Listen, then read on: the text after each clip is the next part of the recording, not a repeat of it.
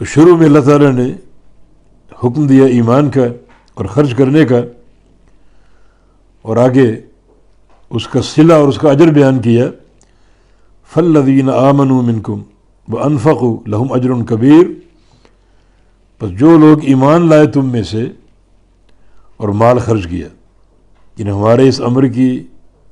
اطاعت کرتے ہوئے اللہ اور اس کے رسول پر ایمان لے آئے، اللہ تعالیٰ کی توحید پر، رسول کی رسالت اور اطاعت پر، وانفقوا اور مال خرچ کیا، لہم اجر کبیر، لہم اجر کبیر، ان کے لیے بڑا اجر ہے،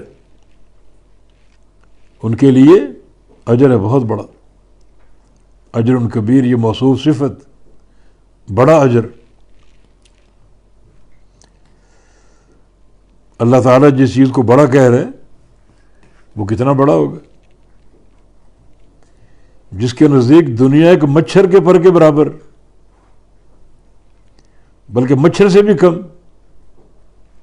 کیونکہ حدیث ہے کہ لو کانت الدنیا تعدل عند اللہ جناح بعوضہ ما سقا کافر شربۃ من ماء، اگر یہ پوری دنیا اللہ کے نزدیک مچھر کے پر کے برابر ہوتی تو اللہ تعالیٰ کسی کافر کو ایک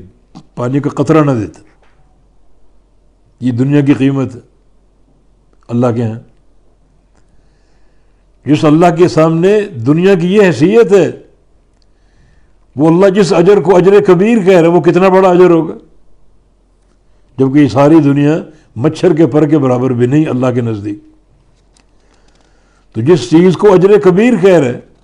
اس کا تصور کریں کتنا بڑا اجر ہوگا، جنت کی صورت میں، اللہ کی رضا کی صورت میں، جنت کی وسیع جو ہیں وہ زمینوں کی صورت میں، نعمتوں کی صورت میں، باغات اور نعمتوں کے انبار لگے ہوں گے، جبکہ ایک انگور کے خوشے کے بارے میں اللہ کے نبی کا فرمان ہے اگر یہ دنیا میں آ جائے تو لوگ ساری دنیا والے اس کو کھائیں، قیامت تک کھائیں، وہ ختم نہیں ہوگا۔ یہ اجر کبیر، اس کا تصور کیجئے۔